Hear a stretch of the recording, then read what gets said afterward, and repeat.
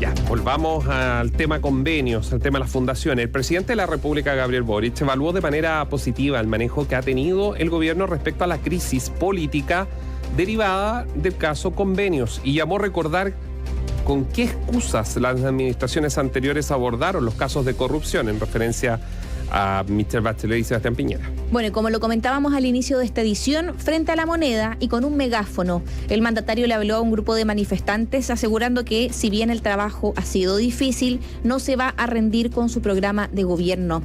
Tomamos contacto a esta hora con Daniela Ruiz Tagle, quien estuvo y ha estado durante todos estos días en la moneda y tiene más detalles. Hola Daniela, buenas tardes. ¿Qué tal? ¿Cómo están? Buenas tardes. Intenso día acá en el Palacio de la Moneda, pero también afuera del Palacio de Gobierno, algo que por supuesto vamos a estar revisando más adelante, pero lo cierto es que hemos visto que el presidente Gabriel Boric ha estado en la primera línea durante estos últimos días, ha sido el mismo quien ha tocado por segundo ya día consecutivo el caso Fundaciones y los eventuales casos de corrupción que complican al Ejecutivo. Todo esto en medio de los cuestionamientos al gabinete del presidente Gabriel Boric, los cuestionamientos a las responsabilidades políticas que dicen desde la oposición no se han cobrado y también en medio de este inminente acusación constitucional que se va a ingresar en contra del ministro de Desarrollo Social, Giorgio Jackson. Recordemos que esto ya fue anunciado por parte del Partido Republicano. El día de hoy el presidente Boric promulgó la ley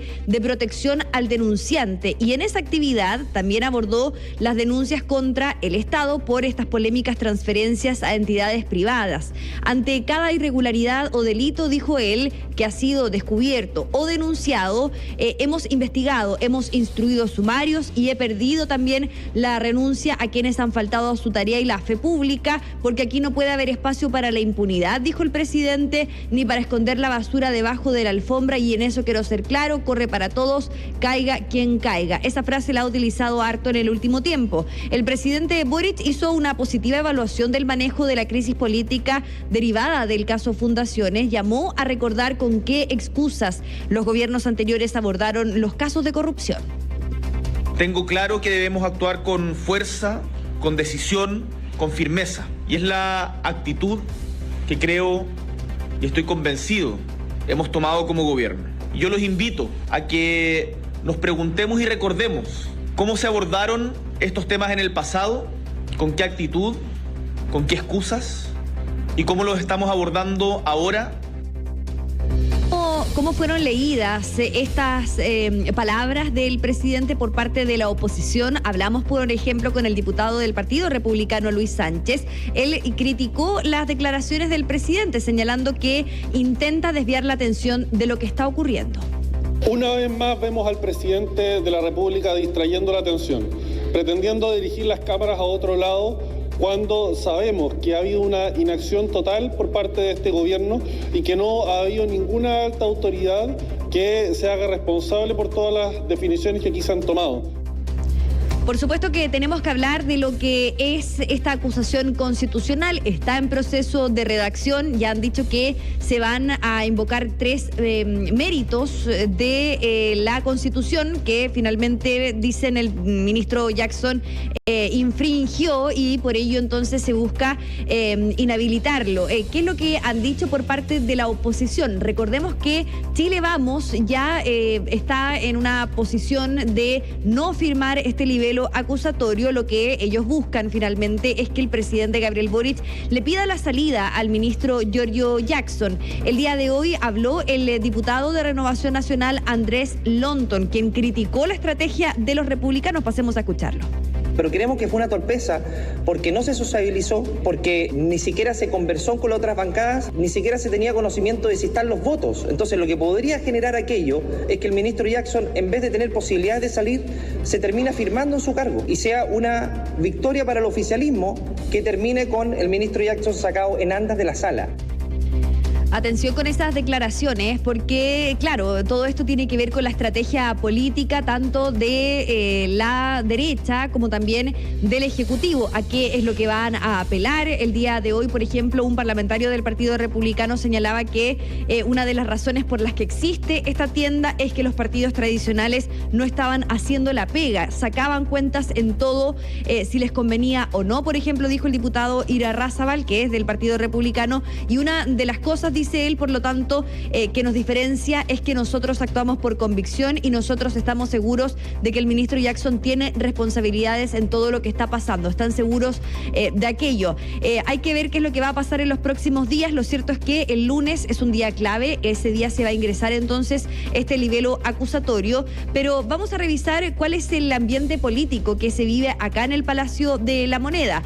Ya hemos dicho que el presidente Gabriel Boric ha tenido cierto protagonismo en la opinión pública durante los últimos días. El día de ayer ya había hablado con los medios, había hablado en una declaración acerca del caso Fundaciones, el día de hoy también, pero hoy habló acerca de su programa de gobierno con las personas que se estaban manifestando en el frontis del Palacio de la Moneda al cruzar la Alameda. ¿Qué hizo el presidente? Salió de su oficina, caminó desde la Moneda, cruzó la Alameda, llegó hasta Bulnes y ahí se subió a algo en altura, tomó un megáfono y comenzó a hablarle a las personas que se encontraban apostadas en ese lugar con letreros alusivos a la vivienda. Escuchemos las declaraciones que entregó el mandatario, parte del ambiente de este discurso que entregó a las personas apostadas allí.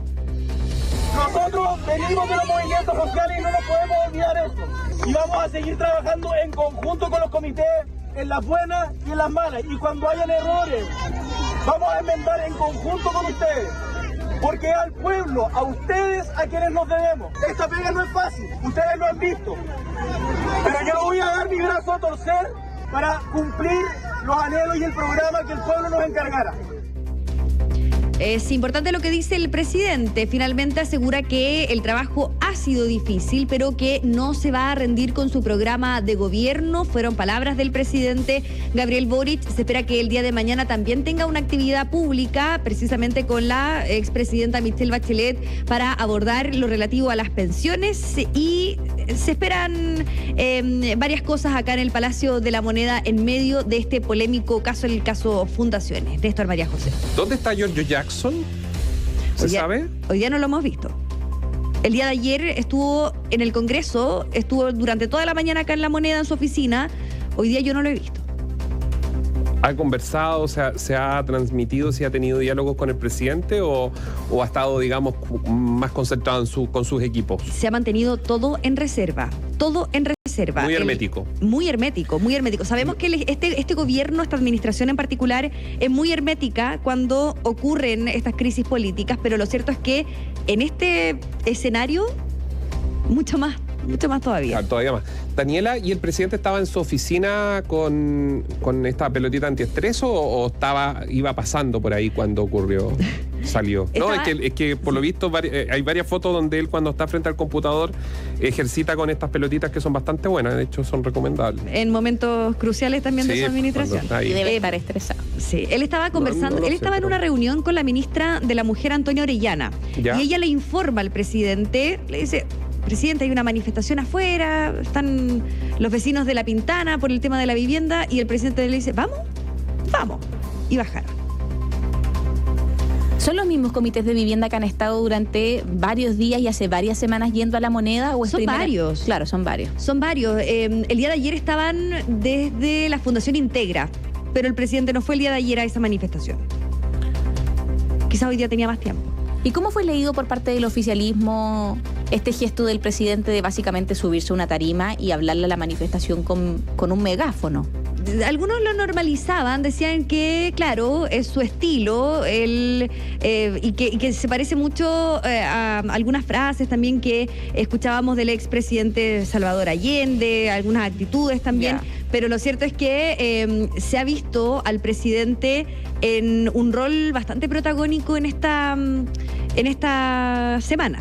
una semana crucial desde el punto de vista judicial, pero también político. La ministra Vallejo ha hablado, no habla desde el martes de la noche. Yo quiero hacer un punto en eso, Néstor, Daniela y auditores. El presidente Gabriel Boric ha tomado una costumbre, a mi parecer es una mala costumbre, de no someterse a las preguntas de la prensa. El presidente da declaraciones y en sus declaraciones muchas veces responde varios de los puntos que están en la agenda. Pero él mismo dijo que la prensa está para incomodar al poder. Y en situaciones como esta, uno más que querer incomodar, busca respuestas y busca certezas. ¿Hace cuántos días, cuántas semanas? Yo sé que en La Moneda los distintos periodistas que trabajan tienen una especie de conteo de días que lleva el presidente sin hablar o sin responder. Mira, yo no voy a defender al presidente Boric, sino que simplemente quiero mencionar que lo que está haciendo el presidente Boric es lo mismo de los últimos 30 años, digámoslo así. Cada gobierno, cuando ha tenido su noche oscura, su momento más difícil, para que ustedes hagan una idea, y los que son amantes de la lectura, que son más jóvenes saben y han leído, saben que cada uno de los gobiernos les toca enfrentar esas tormentas perfectas, donde salir del día a día y abstraerse y poder tomar decisiones es muy difícil. Le pasó al presidente Lagos, le pasó luego a la presidenta Michelle Bachelet cuando estaba ya en las postrimerías de su gobierno, luego le pasó también al presidente Piñera.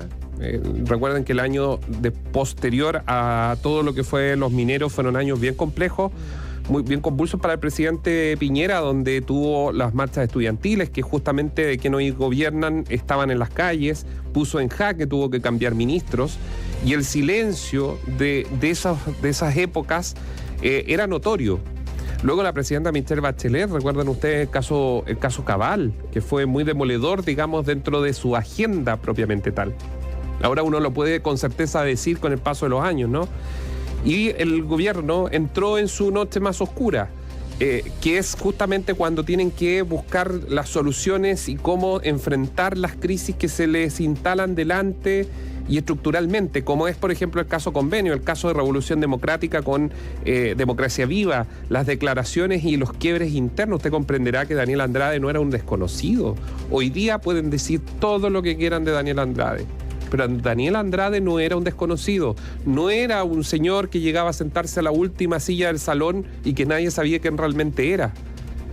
No, porque más encima hacía el trabajo de campo, de cuadro, que es justamente la entrega, lo que antiguamente se decía adoctrinamiento político desde el punto de vista de la mirada que tenía Revolución Democrática. Lo decían ellos mismos. Entonces, es la noche más oscura. Ahora, ¿cuánto dura? Ese es el punto. Ese es el punto. ¿Qué decisiones se toman? Ese es el punto. Si tiene que ser un shock comunicacional desde el punto de vista de un cambio de gabinete, ahí está la pregunta, y por eso te hacía la consulta de si el ministro Jackson estaba en el Palacio de la Moneda, si conversaba con el presidente, porque siempre estos cambios de gabinete se conversan, sobre todo cuando son hombres tan cercanos al presidente. Yo creo que la única en los últimos 15 años, y algún político viejo me podrá corregir, en los últimos 15 años, María José Daniela, salvo Rodrigo Peñailillo, con la frialdad de la distancia de Rodrigo Peñailillo de parte de Michelle Bachelet, porque eso era el hombre más cercano a la presidenta, era el que técnicamente era el motorcito del gobierno, y de hecho para algunos esos 4 años justamente fueron Rodrigo Peñailillo quienes sacaron más adelante, más rápido, digamos, la agenda. Salvo ellos, el resto siempre ha sido pactado y conversado, como fue, por ejemplo, Andrés Chávez. Vamos a ver si hay novedades. Vamos a ver si hay novedades. Gracias, Dani. Buenas tardes. Que estés bien, buenas tardes.